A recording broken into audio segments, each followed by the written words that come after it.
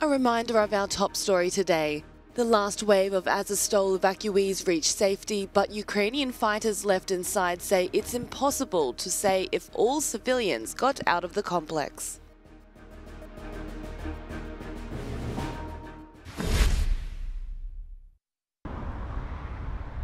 The halt of Russian gas supplies to Bulgaria has left companies fearful of cuts to deliveries and rising prices. The country's public heating firm is scrambling to ensure alternative sources. The Russian energy giant Gazprom cut deliveries to Bulgaria and Poland on April 27th over their refusal to pay in rubles. Since then, Bulgaria's neighbours have stepped in to shore up deliveries to the country, which has received more than 90% of its gas from Russia for decades.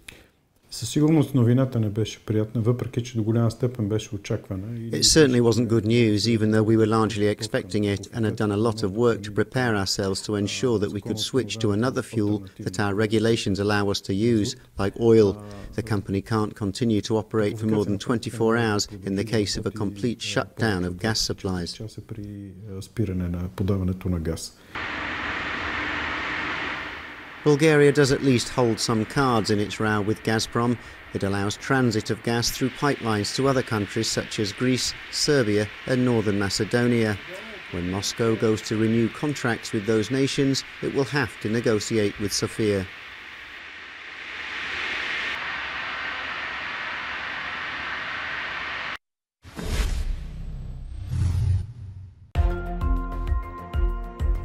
An Israeli police officer was stabbed on Sunday evening outside Jerusalem's Old City. Police said a suspect armed with a knife stabbed an officer outside the Damascus Gate entrance, which is a traditional flashpoint.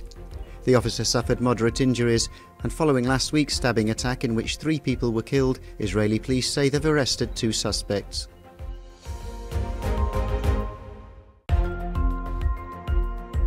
Germany's conservative CDU has delivered a crushing defeat on Chancellor Olaf Scholz' SPD. The regional election in the northern state of Schleswig-Holstein saw the SPD knocked into 3rd place behind the CDU and the Greens. Scholz has been under fire domestically over what critics deem to be a stuttering response to Russia's invasion of Ukraine. Ukraine's Eurovision entry and one of the favourites of this year's song contest has arrived in Turin for a week-long build-up to Saturday's finals. Fans welcomed the Kalush Orchestra and 39 other entrants. Russia is banned from competing after the EBU said its participation could bring the event into disrepute.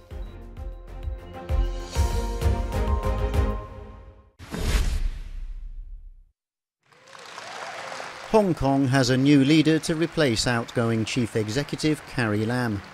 He's John Lee, a hardline security chief who oversaw the crackdown on Hong Kong's pro-democracy movement. Lee was elected on Sunday with over 99% of the vote by a 1,500-strong pro-Beijing committee. He was the only candidate, which led to immediate criticism from some quarters. In a tweet, the EU's High Representative for Foreign Affairs and Security Policy, Josep Borrell, said Lee's election violated democratic principles, adding that the process was another step in the dismantling of the one country, two systems principle. Lee will replace current leader Carrie Lam on July the 1st. Her 5-year term was marked by huge pro-democracy protests over the increasing influence of Beijing in Hong Kong affairs. The resulting crackdown quashed virtually all dissent and undermined the city's reputation as an international business hub.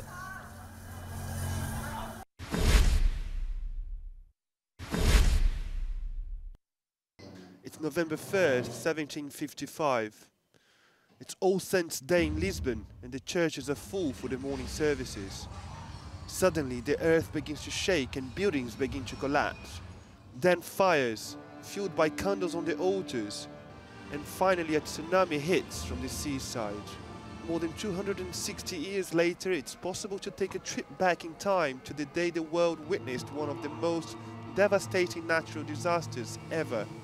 But for researchers at the Quake project in Portugal, telling their story has been somewhat challenging. The diversity of a city with many communities of foreign merchants, English, German, French, but also other communities, gypsy people and slave people, that had a very strong presence in the city but that do not appear in documented reports. The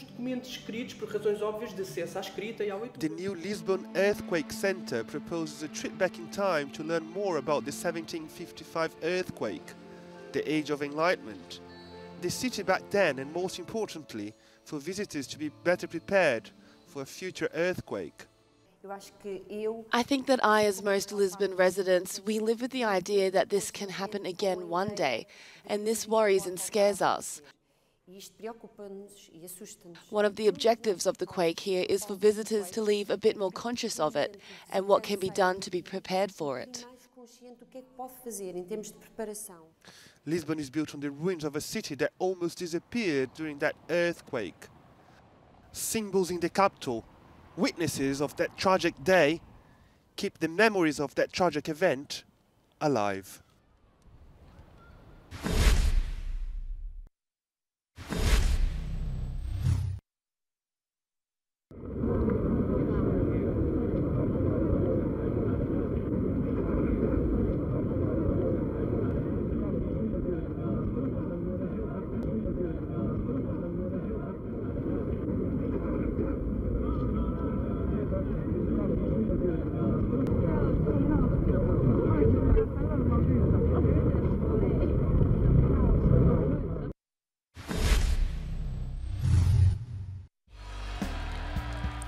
In Formula One, Red Bull's Max Verstappen fought off a late challenge from title rival Charles Leclerc's Ferrari to win the inaugural Miami Grand Prix.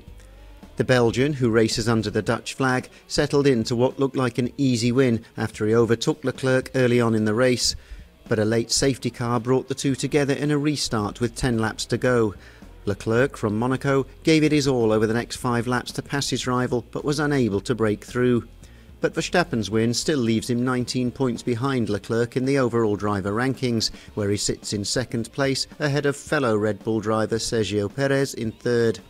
And in the team rankings, Leclerc's Ferrari also takes top spot ahead of Red Bull in second place and Mercedes in third.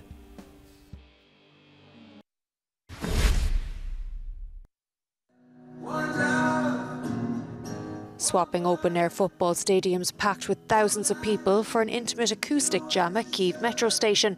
Rock legends Bono and The Edge performed some of their best-known hits to a few dozen fans and serving Ukrainian soldiers on Sunday. The musicians were joined by singer-turned-volunteer Taras Topolya from the Ukrainian band Antitila for a number of songs, including a rendition of Benny King's Stand By Me. We have some troubles with a powerful next-door neighbor. But that's in the past. And we have lasting peace in Ireland.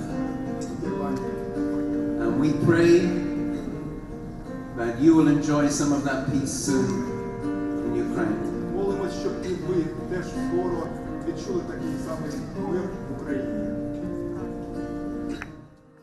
Trenches dug within our hearts. Comparing Anglo-Irish relations during the years of British occupation with the ongoing conflict in Ukraine, U2's frontman issued his own prayer for peace.